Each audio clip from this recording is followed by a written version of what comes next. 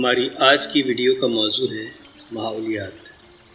اس video کا مقصد عوام الناس میں ماحولیات کے بارے میں شعور اجاگر کرنا اور آلودگی کے خلاف آگاہی پیدا کرنا ہے۔ ویڈیو میں پیش کی گئی کہانی میں ان بنیادی خرابیوں کی نشاندہی کی گئی ہے جو زمین پر قدرتی ماحول اور انسانی اور دیگر حیاتیاتی انواع کی بقا کے لیے خطرے کا باعث ہے۔ خدشہ ہے کہ اگر بروقت اقدامات نہ کیے گئے کہیں وقت ہاتھ سے نہ نکل جائے اور ہم انسان اس زمین کی ایک بھولی بسری داستان بن کے نہ رہ جائے۔ کہانی ملاحظہ کیجیے اور برائے مہربانی کہانی کے بنیادی پیغام کو آگے شیئر کیجیے۔ خیر اندیش، نوید مرزا۔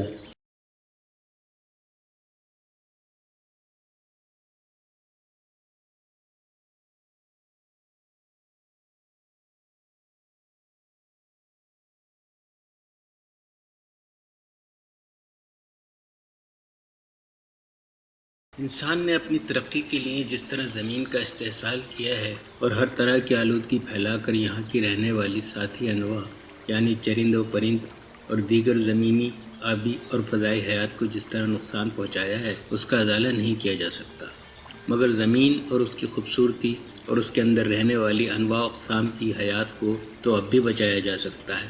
بس انسانوں کو اس بارے میں شعور اور آگاہی دینے کی ضرورت ہے۔ انسان ابھی اتنا بے حس نہیں ہوا کہ خود اپنے ہاتھوں اپنی اس خوبصورت زمین اور آنے والی نسلوں کو فنا کر دے۔ یہ کہانی دراصل زمین پر پھیلائی جانے والی آلودگی کے خلاف احتجاج ہے۔ یہ ایک علامتی کہانی ہے جس کا صرف ایک کردار ہے، وہ ہے زمین، جو خدا کی بارگاہ میں کھلا خط اپنی فریاد کی صورت میں پیش کرتی ہے، اور اس کا مقدمہ حضرت انسان کے خلاف ہے جو زمین کے وسائل کو استعمال تو کرتا ہے مگر اس سے پیدا ہونے والی آلودگی پر دھیان نہیں دیتا، جس سے ہماری سرسبز زمین بانجھ ہوتی جا رہی ہے، اور خدشہ ہے کہ کہیں انسانوں کی غفلت اور مجرمانہ خاموشی کی بدولت ہماری یہ خوبصورت زمین اپنی جمادات و نباتات سمیت کہیں ہمیشہ کے لیے ویران نہ ہو جائے۔ سیل میں زمین کا لکھا گیا یہی کھلا خط آپ کی خدمت میں پیش کیا جا رہا ہے۔ ملاحظہ کیجیے اور اس پر اپنی رائے سے ضرور آگاہ کیجیے گا۔ ٹیم بیٹھک۔ کھلا خط۔ میرا نام زمین ہے۔ کبھی میں اس نظام شمسی کا ایک خوبصورت سیارہ ہوتی تھی۔ میرے اندر زندگی چہچہاتی تھی۔ میرے وجود کے ہر حصے پر خوبصورتی بکھری پڑی تھی۔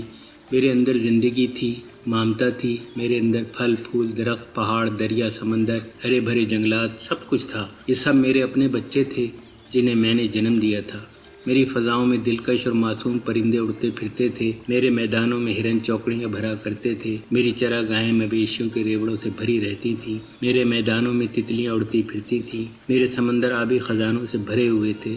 میرے دریاؤں میں خوش رنگ مچھلیاں اٹکیلیاں کرتی تھیں۔ میرے بطن سے زندگی جنم لیتی تھی اور لاکھوں زندگیاں میرے وجود پر چلتی پھرتی تھیں۔ میں اپنے بدن پر ان کی چلت پھرت کی گدگدی محسوس کرتی تھی۔ مجھ کو یہ زندگی بخش نظارے بہت اچھے لگتے تھے۔ میرے اندر زندگی ہزاروں شکلوں میں موجود تھی اور زندگی کی ہر شکل مجھے بہت دلکش، بہت خوبصورت، بہت پیاری لگتی تھی۔ میری دنیا میں امن تھا، سکون اور چین تھا۔ یہاں کوئی چھین جھپٹ نہیں تھی۔ سب ایک ساتھ جیتے، پلتے اور بڑھتے تھے۔ کوئی کسی کا حق نہیں مارتا تھا۔ سب میرے وجود سے اپنے اپنے حصے کا رزق تلاش کرتے اور شاداں و فرحاں رہتے تھے۔ میرے پاس نباتات و جمادات کی فراوانی تھی۔ میرے پاس زندگی بخش دریا، سمندر، پہاڑ اور جنگلات تھے جن میں انواع و اقسام کی زندگی اور ان گنت پھل پھول اور بے شمار خزانے بھرے پڑے تھے، مگر کوئی ان کو استعمال کرنے والا نہ تھا۔ میں اداس تھی کہ میرے چمنزاروں کو کوئی سراہنے والا نہ تھا۔ میری کوکھ سے جنم لینے والے میرے بچے اس قابل نہ تھے کہ وہ میرے خزانوں کو استعمال کر سکیں۔ میرے اوپر چلنے پھرنے والی بے شمار انواع اقسام کی زندگیوں میں سے کوئی بھی میرے دکھ کو سمجھنے والا نہ تھا۔ مجھ کو ایک ایسے بچے کی تلاش تھی جو میرے اندر چھپے ہوئے خزانوں کو دریافت کرے، انہیں استعمال کرے اور میرے دوسرے بچوں کو بھی اس میں شریک کرے۔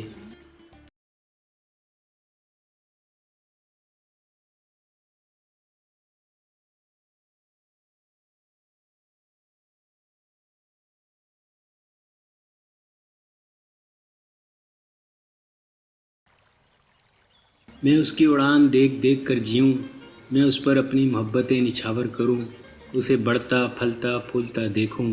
وہ میرے اندر راستے بنائے، وہ میرے اندر جھیلیں تشکیل دے، میری بارشوں سے میری دھرتی کو سیراب کرے، میری مٹی میں سبزہ بوئے جو میری مخلوقات کے کام آئے۔ کوئی تو ہو جو میرے گیسو سوارے، مجھے سجائے، مجھے سید کے رکھے، میرے اندر موجود نظاموں کا انتظام سنبھالے اور مجھے مزید خوبصورت اور حسین بنائے۔ مجھ کو میرا ایک ایسا بچہ چاہیے تھا جو میرے اندر موجود محبت کو تلاش کرے، مگر ایک زمانہ گزر گیا۔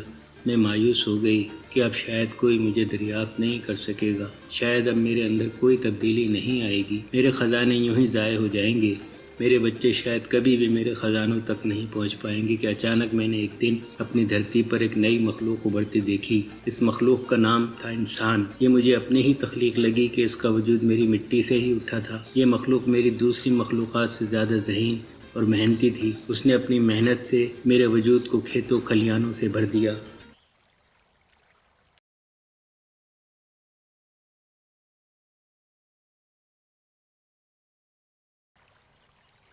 اس نے آوارہ پھرتے میرے مویشیوں کے ریوڑوں کو گود لے لیا اور ان کی نگہداشت اور پرورش کی۔ میری دوسری مخلوقات کا بھی اس نے خیال رکھا۔ اس نے میرے بچوں سے اپنے فائدے کے بہت سے کام لیے، مگر ان کے دانے پانی کا بھی بہت خیال رکھا۔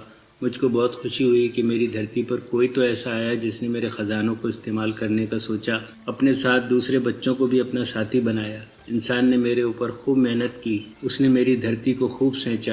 انسان نے میرے اندر راستے بنائے، کھیت بنائے، باغ لگائے، میرے اندر موجود خزانوں کو نکالا اور ان سے ایسے ایسے کام لیے کہ میں دنگ رہ گئی۔ انسان نے میرے سارے وجود کو اپنے ننھے منھے بچوں سے بھر دیا۔ انسان کے بچوں کی کلکاریاں مجھ کو بہت اچھی لگتی تھی۔